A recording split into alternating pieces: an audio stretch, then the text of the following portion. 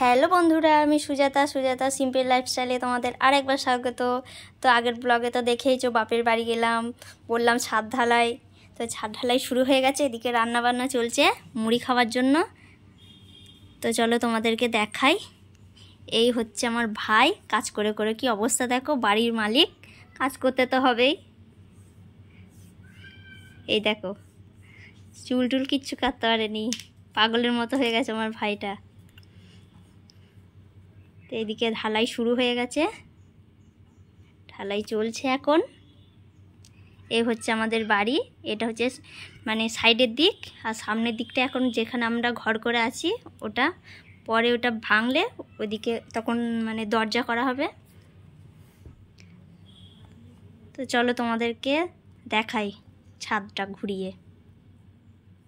এখন আমরা উঠে পড়বো এই যে সিঁড়ির দিকে। 3টে রুম হয়েছে, এটা বারান্দা।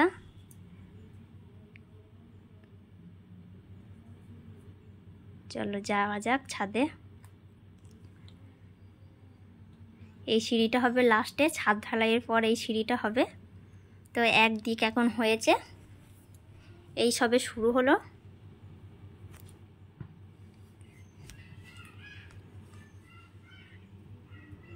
এই দেখো, এটা আমাদের সাইডে পুকুর, এই পুকুরটা নষ্ট হয়ে গেছে, কিন্তু অনেক মাছ আছে, পাঙাশ মাছ আছে অনেক। আর যেহেতু ঢালাই, সেহেতু খাওয়া দাওয়ার তো ব্যবস্থা আছেই।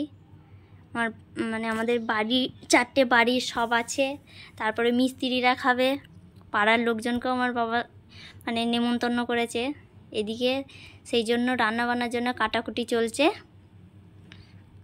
এদিকে আমার কাকিমা, জেঠিমা, বৌদি এরা সব মানে কাটাকুটি করছে। আমি তো কিছু করতে পারছি না, কারণ বাড়িতে খুব ব্যস্ত সবাই।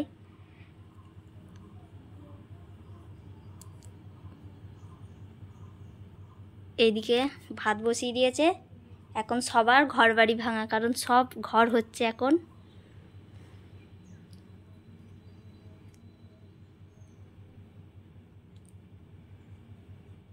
তো আর একবার চলে আসলাম ছাদটা দেখাতে। এদিকে অর্ধেক হয়েছে, এদিকেও অর্ধেক হয়ে গেছে, আর মাছের টুকু বাকি আছে, এখন ওরা খেতে গেছে, খাচ্ছে সবাই নিচেই। এই দেখো, আর বেশি বাকি নেই। এই যে কারেন্টের কাজ আগেই হয়ে গেছে, পাইপ ফেলা রয়েছে, কারণ ঢালাই হয়ে গেলে আর করতে পারবে না। এদিকে রান্নাও মানে অর্ধেক, লাস্টের দিকেই শুধু মাংস করলেই হয়ে যাবে। ভাত, ডাল, তরকারি, চাটনি, পাঁপড় ওগুলো সব হয়ে গেছে, মিষ্টিও আনা হয়ে গেছে। এই দেখো সব দিকে ঘর হচ্ছে, দেখেছো? এটা হচ্ছে আমার ছোট কাকার বাড়ি। এদিকে আমার কাকিমা ঝাঁট দিচ্ছে।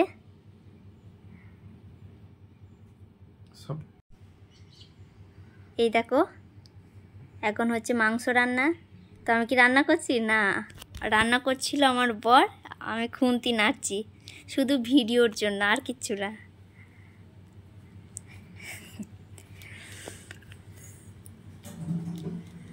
এখনো হয়নি, এই শুরু হয়েছে। তো দেখতে দেখতে রান্না হয়েও গেল, অনেকটা দুপুরে হয়ে গেছে। এই দেখো, লাল লাল মাংস ঝোল করে নিয়েছে, ঝোল না, এটা রসা রসা করেছে। এদিকে ডাল হয়েছে, তারপরে সব সবজি আছে মাছের মাথা দিয়ে, তাই মাংসটা খুব একটু ঝোল করেনি।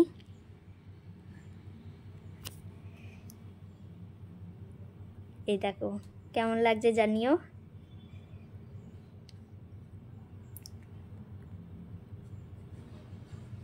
এদিকে বালতিতে আলাদা করে ঝোলটা তুলে রেখে দিয়েছে, এবার খাওয়া দাওয়ার পালা। এই দেখো সব খাচ্ছে, বললাম না শুধু মিস্ত্রিরা না, সব পাড়ার লোকজনও আছে, নেমন্তন্ন করেছে আমার বাবা। এই দেখো আমার সোনা ঘুরে বেড়াচ্ছে। তো সবার খাওয়া হয়ে গেছে, লাস্টে আমরাও খেতে বসে পড়েছি। এই যে পিসি, দুটো বৌদি, আমি সবাই মিলে। ওইদিকে আমার ঠাকুমা উকে দিচ্ছিল। তো আমাদের দেরি হয়ে গেছিলো সেদিন, অনেক সন্ধে হয়ে গেছিলো বলে বাড়ি আসতে পারলাম না। এই ভোরবেলায় উঠে পড়েছি, পরের দিন বাড়ির জন্য বেরিয়ে পড়লাম। কি মনটা খারাপ একদিনের জন্য, কালকে তো সারাদিন কাজেই কেটে গেছে, কিন্তু কিছু করার নেই, আমার বরের ডিউটি আছে, বাড়ি তো আসতেই হবে, ছুটি নেওয়া হয়েছিল একদিন, পরের কাজ আর কদিন ছুটি দেবে। এই দেখো চলে এসেছি আমরা স্টেশনে, এবার বসে আছি। আমার সোনা তো অনেক ভোরবেলায় উঠেছে, ঘুমটা ছেড়েছে আবার ছাড়েনি, এরকম অবস্থা। ওরও মন চাইছে না একদিনের জন্য এসে আবার বাড়ি চলে যেতে। তো দেখতে দেখতে ট্রেন চলে এসছে, আমরা এবার ট্রেনে উঠে পড়বো, দৌড়ে ট্রেনে উঠে পড়বো ফাঁকা জায়গার দিকে। এই যে ট্রেন দাঁড়িয়ে পড়েছে, চলো মা মেয়েতে দৌড়ে দেখবে ট্রেন ধরবো। এরপর আবার কাটোয়া যেতে হবে, তারপরে আবার সেই একই জায়গা আর কি দেখাবো।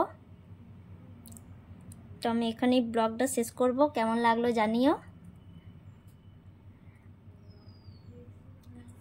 এই যে বসে পড়েছি। সকলেই সুস্থ থাকবে, ভালো থাকবে, দেখা হচ্ছে পরের ব্লগে, টাটা।